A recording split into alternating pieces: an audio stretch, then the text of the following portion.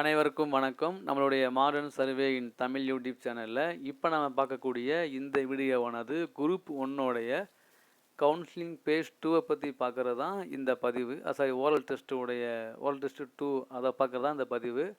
அது பார்த்தீங்கன்னா குரூப் 1க்கு பார்த்தா 95 கிட்ட போஸ்டிங்கு. அது ஆல்ரெடி பேஜ் 1 முடிஞ்சு செலக்ட் பண்ணிட்டாங்க. ஒரே ஒரு போஸ்ட்டுக்கு மட்டும் இன்னும் வந்து ஃபில்லப் ஆகலை. அதனால் என்ன பண்ணிட்டாங்கன்னா அந்த போஸ்ட்டுக்கு மட்டும் இப்போ வந்து திரும்ப ஓரல் டெஸ்ட் பண்ணுறாங்க. அது என்ன போஸ்ட் அப்படின்னா டெப்டி சூப்பரிண்டென்ட் ஆஃப் போலீஸ்னு சொல்லக்கூடிய டிஎஸ்பி கேட்டகரி 1 அந்த போஸ்ட்டுக்கு பார்த்தீங்கன்னா ஃபில்லப் ஆகலை. அது வந்து எஸ்டி உமன் பிஎஸ்டிஎம்மில் வரக்கூடிய பிரிவாக இருக்குது.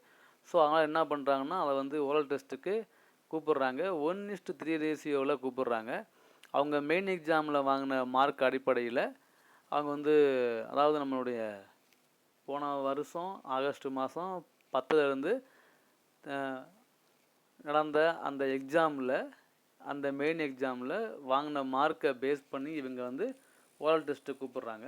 இவனுக்கு எப்போ நடக்குது அப்படின்னா ஓரல் டெஸ்ட்டு பேஸ் 2 வந்து வரக்கூடிய இந்த மே மாதம் 10 அன்னைக்கு வந்து டிஎன்பிஎஸ்சி ஆஃபீஸில் நடக்குது ஓரல் டெஸ்ட்டு.